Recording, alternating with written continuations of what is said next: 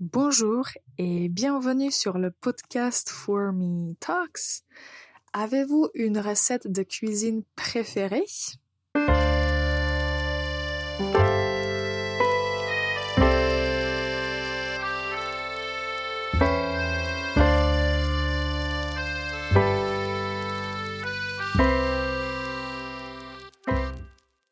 Bonjour et bienvenue pour ce nouvel épisode du podcast For Me Talks.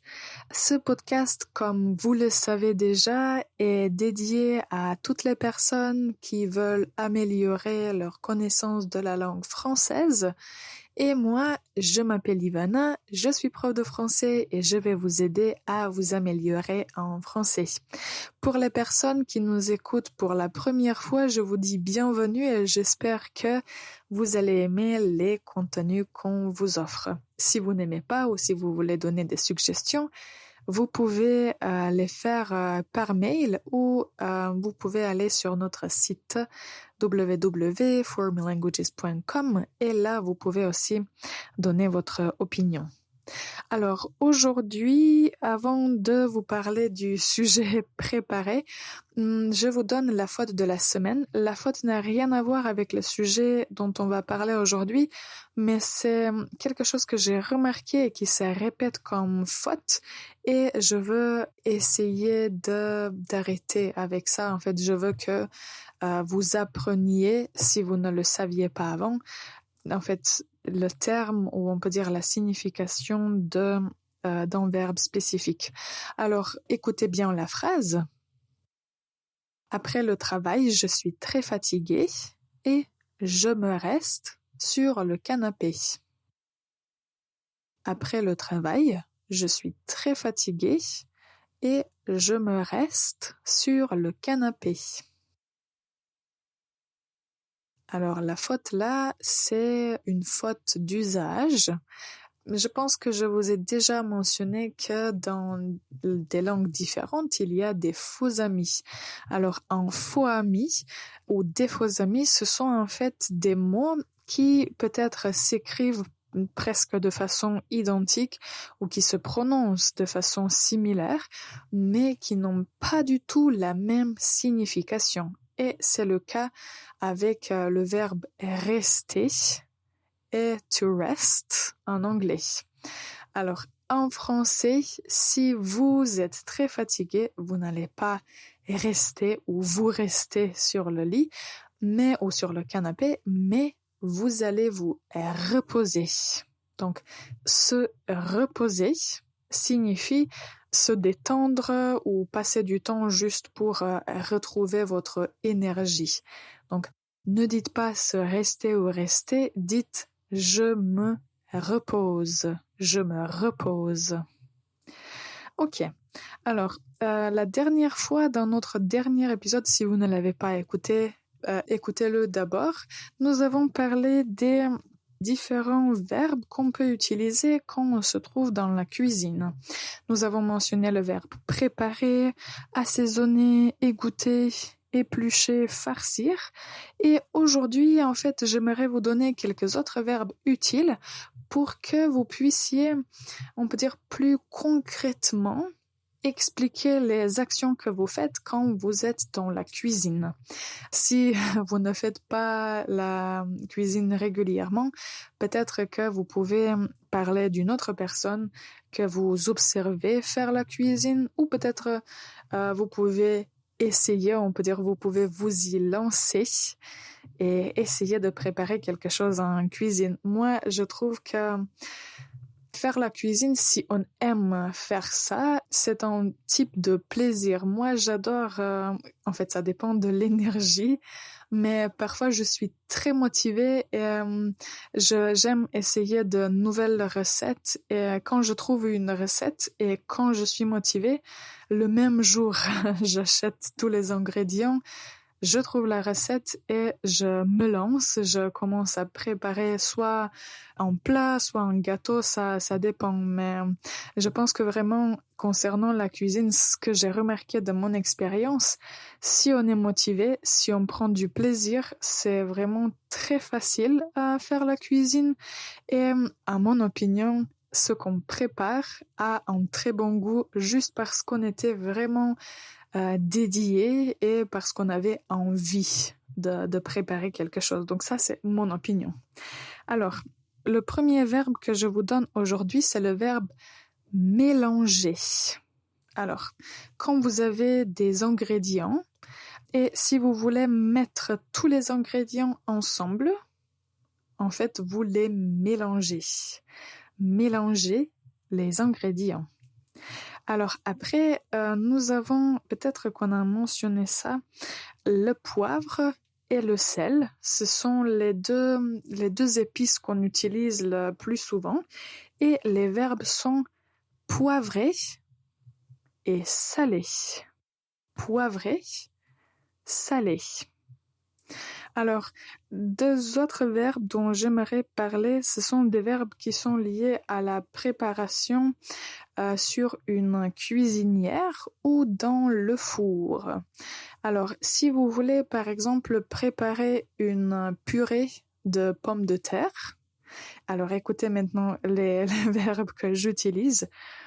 Vous épluchez des pommes de terre, vous les coupez, vous les mettez dans une casserole, vous ajoutez de l'eau et vous les faites bouillir sur la cuisinière. Faire bouillir, c'est l'activité quand vous mettez, on peut dire, un aliment dans l'eau d'habitude et l'eau doit devenir très très très chaude, ou on peut dire bouillante, pour que l'aliment devienne cuit.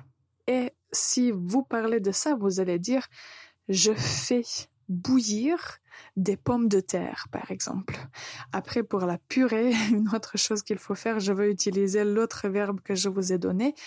Quand les pommes de terre sont cuites, on égoutte l'eau qui est dans les pommes de terre. Donc, égoutter, on jette de l'eau et après, on prépare la purée.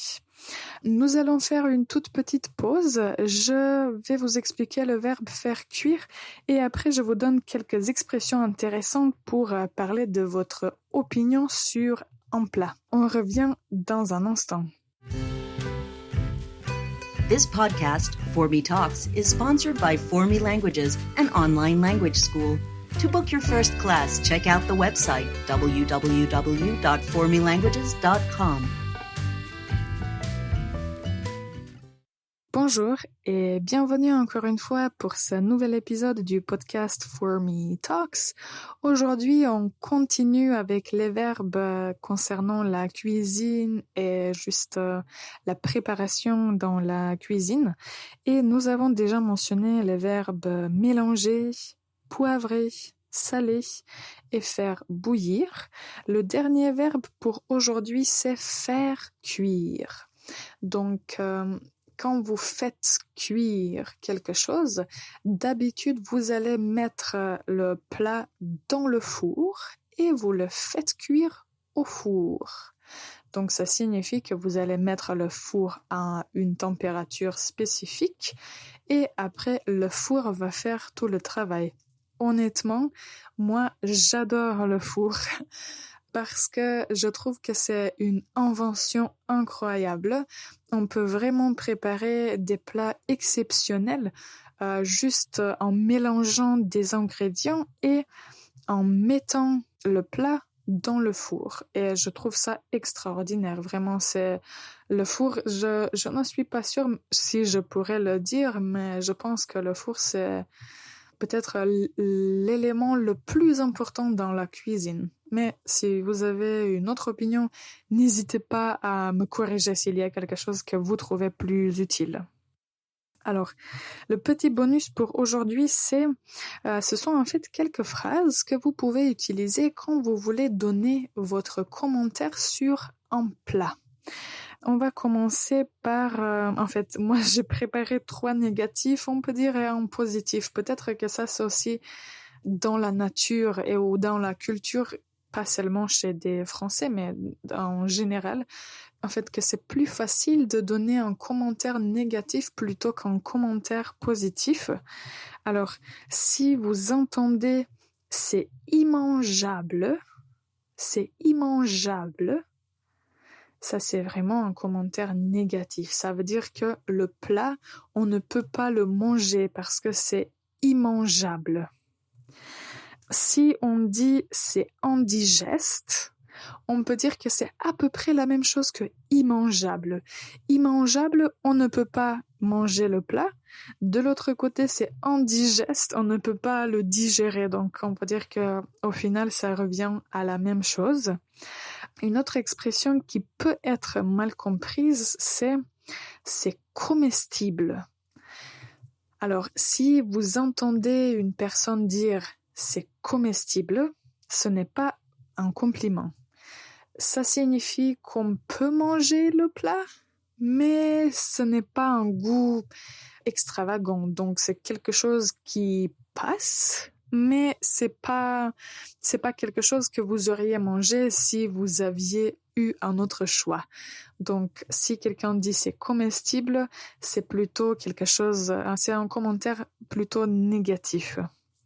Et on va finir avec un commentaire positif que j'aime bien. Et en fait, il y a aussi un verbe qui a la même racine que le nom.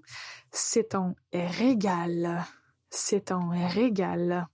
Alors, quand vous goûtez, par exemple, un dessert qui est vraiment délicieux, vous pouvez dire c'est un régal. Donc, ça signifie que c'est délicieux. Donc, un régal, on peut dire que c'est à peu près le synonyme du mot délicieux. Et on peut dire, si on a un repas qui est très très bon, qui est délicieux, on peut dire « je me suis régalé ». Donc, le verbe c'est « se régaler » et ça signifie « j'ai très bien mangé, c'était très délicieux ». Donc, « je me suis régalé ». Donc ça, je trouve que ça, c'est l'expression à mémoriser et à utiliser. Et les autres, il faut les connaître parce que même s'il y a parfois des mots, phrases qu'il ne faut pas utiliser pour ne pas être impoli, il faut les apprendre pour pouvoir les comprendre. Donc, quand je donne, par exemple, des adjectifs négatifs, en français, je dis à mes élèves, vous ne devez pas les utiliser parce qu'ils sont plutôt négatifs, mais vous devez les connaître juste pour savoir ce que c'est quand une autre personne les utilise. Donc, c'est la même chose avec ces expressions qui sont un peu négatives, mais vous pouvez quand même les utiliser si vous êtes entre amis et tout ça. Donc, c'est immangeable, c'est indigeste, c'est comestible et c'est un régal. Alors aujourd'hui, je pense qu'on a fini avec, on peut dire, les verbes essentiels concernant la préparation en cuisine. S'il y a d'autres verbes que vous aimeriez savoir et que je n'ai pas mentionnés, n'hésitez pas à m'écrire et j'en profite aussi pour vous inviter à nous rejoindre aux ateliers de conversation. On a des discussions très intéressantes vraiment sur des sujets variés. Donc, si vous aimez échanger avec d'autres personnes francophones, si vous aimez bavarder en français, n'hésitez pas à nous rejoindre. Toutes les informations, vous les trouverez sur notre site www.formelanguages.com et sur la page d'accueil, vous pouvez aussi directement vous inscrire pour les ateliers.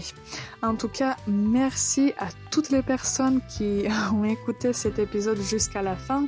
Je vous souhaite une excellente journée et on se retrouve très vite.